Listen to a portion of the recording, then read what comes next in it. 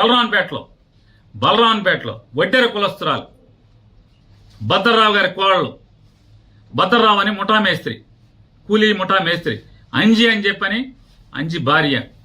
అమ్మాయి ముగ్గేసుకుంటుంటే తాగి 10 మంది రౌడీలు ఆ అమ్మాయి కాళ్ళ మధ్యకి బాంబులేసి, అమ్మాయి ముగ్గేసుకుంటుంటే ఇంటి ముందు కాళ్ళ మధ్యకి బాంబులేసి ఏమే నీ మొగుడున్నాడా అని చెప్పని దౌర్జన్యానికి వెళ్తే ఆ అమ్మాయి తిరిగి ఏమయ్యా బాంబులు నా మీద వేస్తావా, నువ్వు గెలిస్తే మీ ఊరేగు మా మీద దౌర్జన్యం చేస్తారా, నా మొగుడితో ఏం పని నీకు అని చెప్పని అడిగితే ఇంట్లోకి వెళ్ళి ధ్వంసం చేశారు. కేసు లేదు, తిరగబడ్డారు అప్పుడు వాళ్ళు. ఆ ఇంట్లో వెంటనే మొగుడు పరిగెత్తుకొచ్చి మొగుడు భార్య పిల్లలు కలిసి తిరగబడితే వాళ్ళ మీద 307 చూడండి పోలీస్. వీళ్ళ మీద కేసు లేదు, వీళ్ళ మీద దాడి చేసిన దానికి, ఇంటి మీదకి వచ్చి దాడి చేసిన దానికి కేసు లేదు, వాళ్ళ మీద 307. దాంట్లో మళ్ళీ ఎంత పోలీసు ఎంత దిగజారిపోయే వ్యవస్థ అంటే, ఇదన్నీ సాక్ష్యం, కళ్ళతో సాక్ష్యం చూస్తూ కూడా.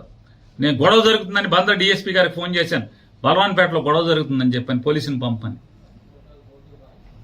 నాకు ఫోన్ రాగానే నేను ఫోన్ చేసి పంపించాను, చెప్పండి అర్జెంటుగా పంపండి.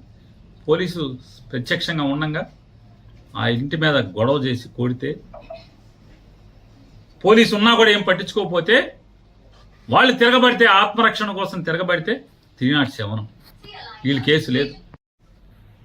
ఈ రకంగా ఎవరెవరైతే ఇవాళ పొద్దునుంచి ఇవాళ ఎమ్మెల్యేలందరం కూడా, మాజీ ఎమ్మెల్యేలందరం కూడా కూర్చుని అసలు ఏంటి పోలీసు వ్యవస్థ దగ్గరుండి ఇలా దాడులు చేయిస్తుంది, ధ్వంసం చేయిస్తుంది, కత్తిపోట్లకి అంటే అత్యాయత్నాలు చేస్తుంటే పోలీసులు సాక్ష్యాలు ఉంటున్నారు దగ్గరుండి, ఏం మాట్లాడట్లేదు, నిమ్మకు నీరెత్తినట్టుంటున్నారు, వాళ్లే ప్రోత్సహిస్తున్నట్టుగా ప్రవర్తిస్తున్నారని చెప్పని ఏంటి అసలు ఏం జరుగుతుందని మీ ఎమ్మెల్యే జోగి రమేష్ని నిర్బంధించారు, పామర్ అనిల్ని నిర్బంధించారు, వంశీని నిర్బంధించారు. వీళ్ళని కూడా నిర్బంధిస్తే దాటుకుని మీ ఇష్టం వచ్చింది చేసుకోండి అని చెప్పి నడుచుకుంటా ఊరి చివరికి వస్తే చివరికి అప్పుడు వేరే కార్లు వేసుకుని రావాల్సిన పరిస్థితి. అంటే మీరు ధ్వంసం చేసే వాళ్ళని, దాడులు చేసే వాళ్ళని, కిరాయి మోకల్ని, అల్లరి మోకల్ని, రౌడీ మోకల్ని కంట్రోల్ చేయరు. మీ ముందే మీ ప్రత్యక్షంగా మీరున్నంగా ఇళ్ల మీద పడి ధ్వంసం చేస్తుంటే, ఇళ్లలో ఆడామగాని కొడుతుంటే మాట్లాడరు, కేసులు కట్టరు. ఏం జరుగుతుందా మరి, మనం ఏం చేద్దామని చెప్పని ఎస్పీని కలుద్దామా, ఏం చేద్దాం, గట్టిగా పోలీసుని మాట్లాడదామా, పోలీసుని అడుగుదాం, ఇక మీరు కాదు మేమేం చేయలేమండి, చంద్రబాబు మమ్మల్ని ఏమి చేయొద్దు అంటున్నాడు, మా చేతులు కట్టేశాడు, మేమేం చేయమంటే కనుక